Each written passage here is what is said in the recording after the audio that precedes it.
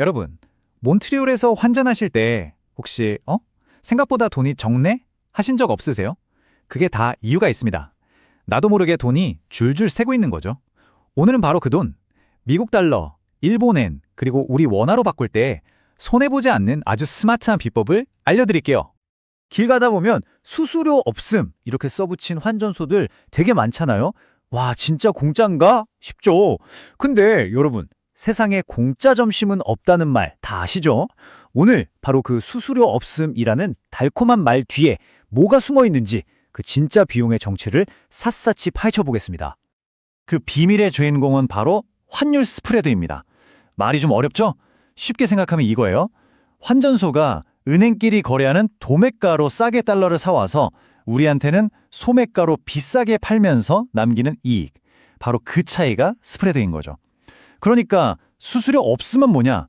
사실 그 수수료를 환율에 슬쩍 녹여서 이 스프레드를 더 크게 벌리는 거예요. 일종의 눈속임인 셈이죠.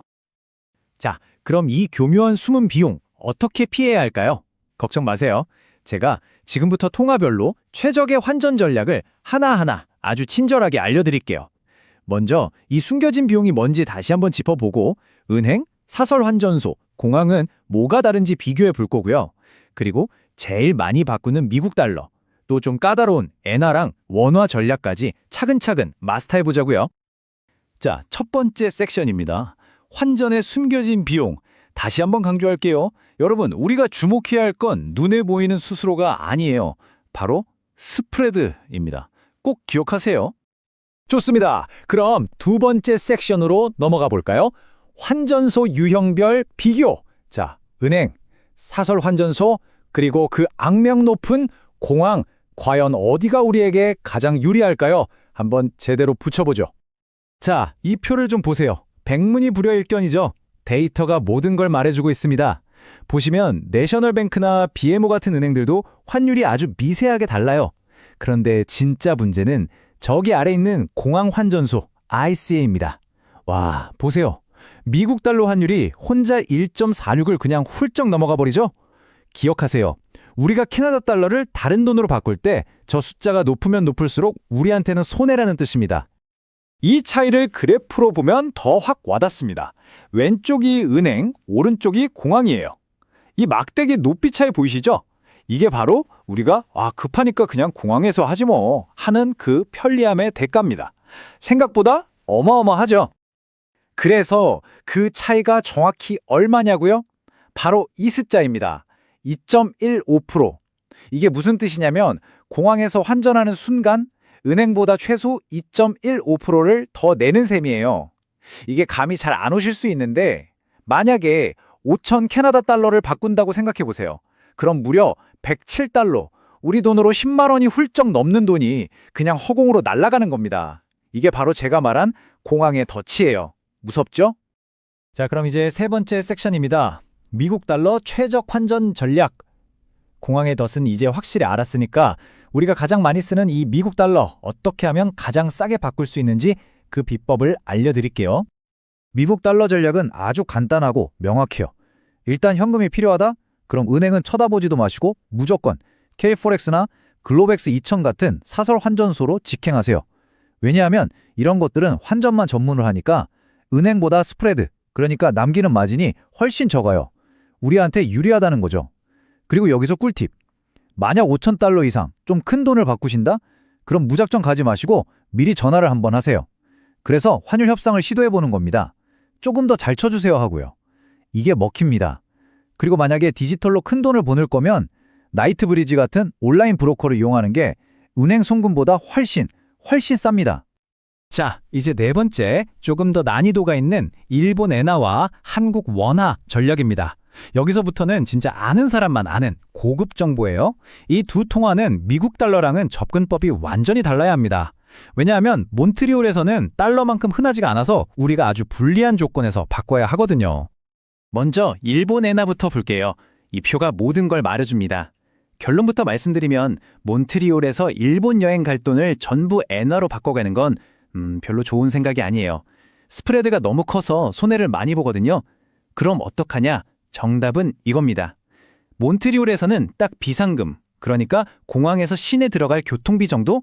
한 2만 엔 정도만 바꾸세요.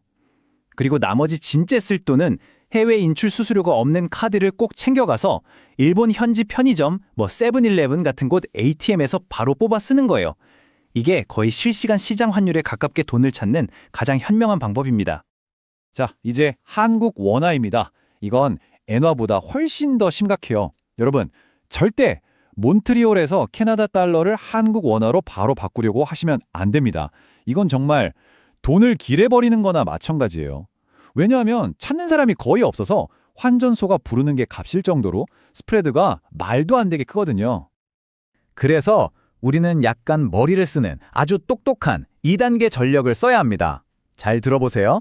1단계, 몬트리올에 있는 그 사설 환전소 있죠? 거기 가서 일단 캐나다 달러를 제일 환율 좋은 미국 달러 현금으로 바꾸는 겁니다. 그리고 2단계, 그 미국 달러 현금을 그대로 한국에 가져가세요. 그리고 한국에 있는 은행에 가서 환율 우대 100% 해주세요 하면서 원화로 바꾸는 거죠.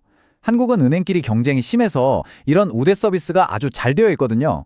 조금 번거로워 보이지만 이렇게 한번 거쳐가는 게 결과적으로는 훨씬 더 많은 돈을 손에 쥐는 방법입니다. 자, 이제 거의 다 왔습니다. 지금까지 배운 모든 내용을 딱 정리해서 여러분이 바로 써먹을 수 있는 최종 환전 계획 체크리스트로 만들어 드릴게요. 이것만 딱 기억하시면 앞으로 환전할 때 손해볼 일은 없으실 겁니다. 자, 이게 바로 여러분의 궁극의 체크리스트입니다. 첫째, 환전하기 전에 일단 온라인으로 주요 은행 환율이 어떤지 한번 쓱 보세요. 이게 기준점이 되는 거예요. 둘째, 미국 달러 현금은 고민할 필요도 없이 사설 환전소로 가시고요.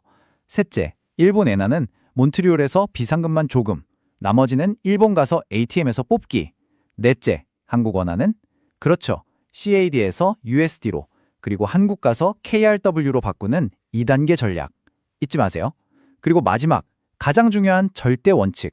공항 환전소는 급해도 쳐다보지도 않는다. 어떠세요?